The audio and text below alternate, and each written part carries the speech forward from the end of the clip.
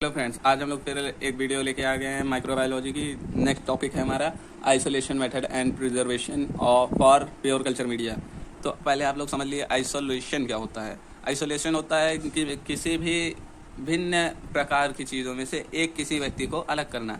यानी एक कोई सोसाइटी है, वहाँ पर बहुत सारे लोग हैं, हमने किसी को एक को उठाकर अलग रखा। जैसे कि कोरोना काल में लोग कहते थे कि अपने घर वालों से रह के अलग हो जाइए, आइसोलेट हो जाइए। तो आइसोलेशन का मतलब ये है, आइसोलेट करना, किसी को अलग रखना, पूरे समाज से बाहर रखना आइसोलेशन होता है।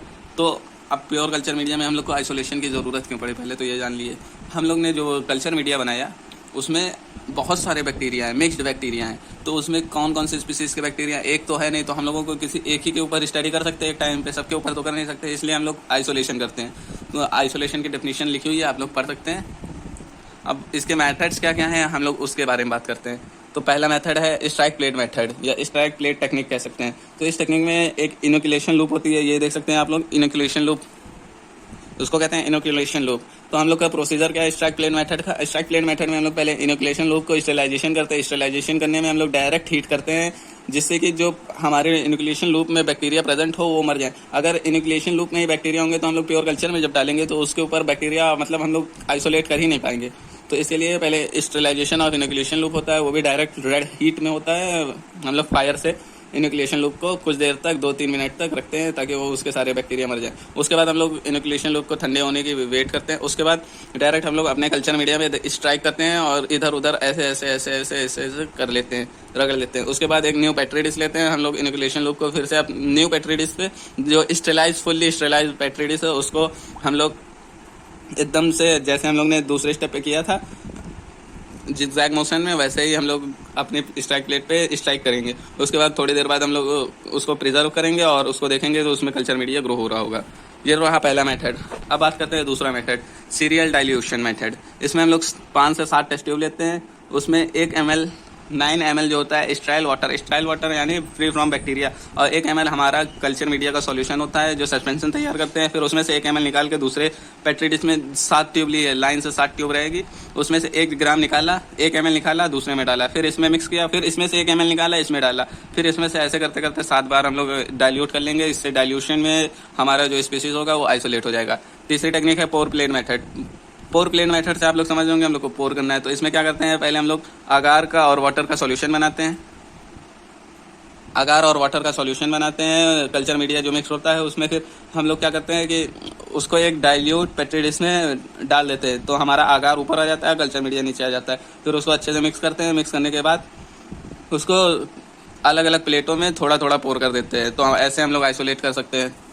नेक्स्ट मेथड है हमारा spread plate technique. Spread plate technique same वैसे ही है जैसे कि पहली मेथड थी स्ट्राइक प्लेट, लेकिन इसमें थोड़ा सा अलग है। इसमें हम लोग क्या करते हैं, पहले डाइल्यूट, जैसे हम लोगों ने ऊपर डाइल्यूट किया था, स्ट्राइल वाटर लेते हैं और सॉल्ट वाटर, सलाइन वाटर लेते हैं और 0.1 ml कल्चर मीडिया उसमें अगार प्लेट में डाल देते हैं। उसके बाद एक हमारी होती है अगार न्यूट्रिशनल प्लेट, उसमें 0.1 ml का जो हमारा कल्चर मीडिया वो डाइल्यूट कल्चर मीडिया उसको डालते हैं। फिर एक ग्लास स्प्रेडर होता है, इसके लिए ग्लास स्प्रेडर हम लोग यूज़ करते हैं, उसकी मदद से हम लोग स्प्रेड करते हैं। फिर आइसोलेट कॉलोनी हम लोग की मिल जाती है।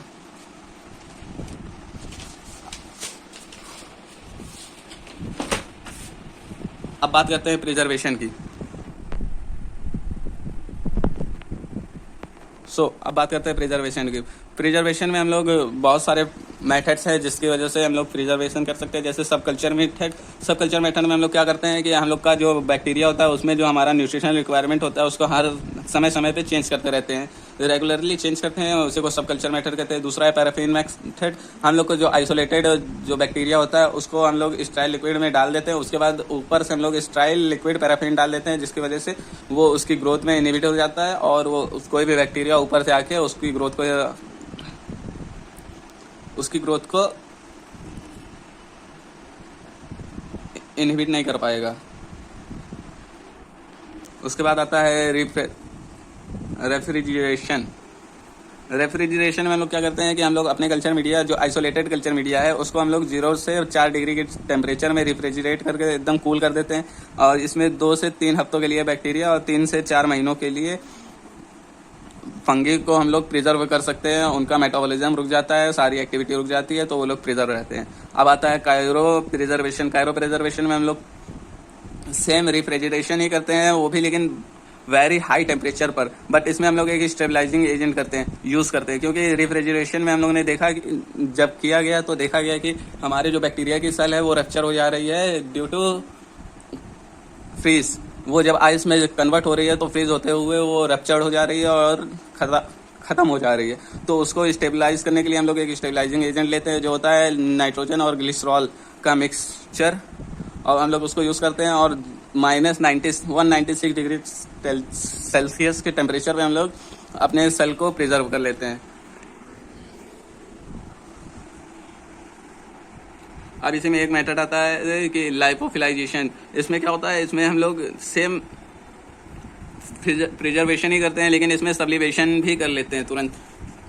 सब्लिमेशन क्या होता है, direct solid to convert gas without going to liquid phase. Liquid phase में जाए बिना ही सॉलिड से गैस बन जाता है। तो हम लोग जब अपना कल्चर मीडिया फ्रीज करते हैं तो हम लोग उसमें वाटर रिमूवल के लिए एक सॉल्वेंट जो होता है, सॉल्वेंट रिमूवल के लिए हम लोग सब्लिमेशन कर लेते हैं।